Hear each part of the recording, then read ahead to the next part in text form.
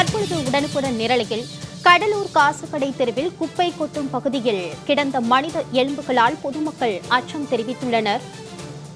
சாலை ஓரத்தில் கிடந்த மனித எலும்புகள் மற்றும் எலும்பிச்சை பழம் கிடந்துள்ளதால் பொதுமக்கள் அச்சம் அடைந்துள்ளனர். தூய்மை பணியாளர்கள் சுத்தம் செய்யும் பணியில் ஈடுபட்ட போது மனித எலும்புகள் சாலையில் கண்டறியப்பட்டதாக உடனுக்குடன் செய்தி வெளியாகியிருக்கிறது.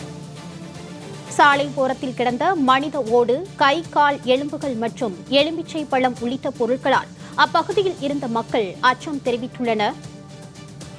கூடுதல் விவரங்களோடு செய்தியாளர் பாலகிருஷ்ணன் இணைகிறார். வணக்கம் பாலகிருஷ்ணன், இது குறித்தான விவரங்களை வழங்கலாம். வணக்கம் மாலதி. கடலூர் மாவட்டம் சிதம்பரம் நகராட்சி ஊழியர்கள் இன்று காலையில் குப்பையை கொட்டும் பகுதியில் சுத்தம் செய்யும் பணியில் ஈடுபட்டிருந்தனர். அப்போது அந்த பகுதியில் மனித தலை ஓடு, எலும்புகள், இதே போல எலுமிச்சம்பழம் அந்த பகுதியில் இருந்ததுனால அதிர்ச்சி அடைந்த ஊழியர்கள் மாந்திரீகம் செய்யப்பட்டதா என்பது குறித்து காவல்துறையினர் விசாரணை மேற்கொண்டு வருகின்றனர். கடலூர் மாவட்டம் சிதம்பரம் நகராட்சிக்குட்பட்ட 16வது வார்டு காசுக்கடை தெரு பகுதியில் பொதுமக்கள் குப்பைகளை நகராட்சி பகுதியில் கொட்டி வருகின்றனர்.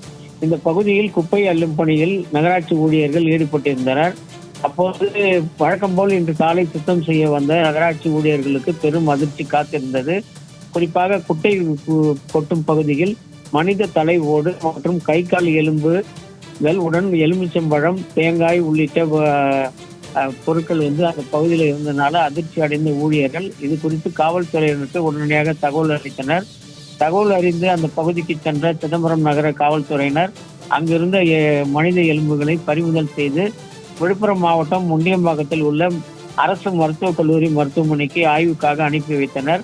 குப்பை கொட்டும் பகுதியில் மனித எலும்புகள், எலுமிச்சம்பழம், தேங்காய், கயிறு உள்ளிட்ட பொருட்கள் இருந்ததுனால இது மாந்திரீகம் செய்யப்பட்டது போல் இருந்ததுனால அந்த பகுதி மக்கள் பெரும் அச்சத்தையும் பரபரப்பையும் ஏற்படுத்தியுள்ளது. இச்சம்பவம் குறித்து சிதம்பரம் நகர காவல்துறையினர் வழக்கு பதிவு செய்து விசாரணை மேற்கொண்டு வருகின்றனர். மாலதி.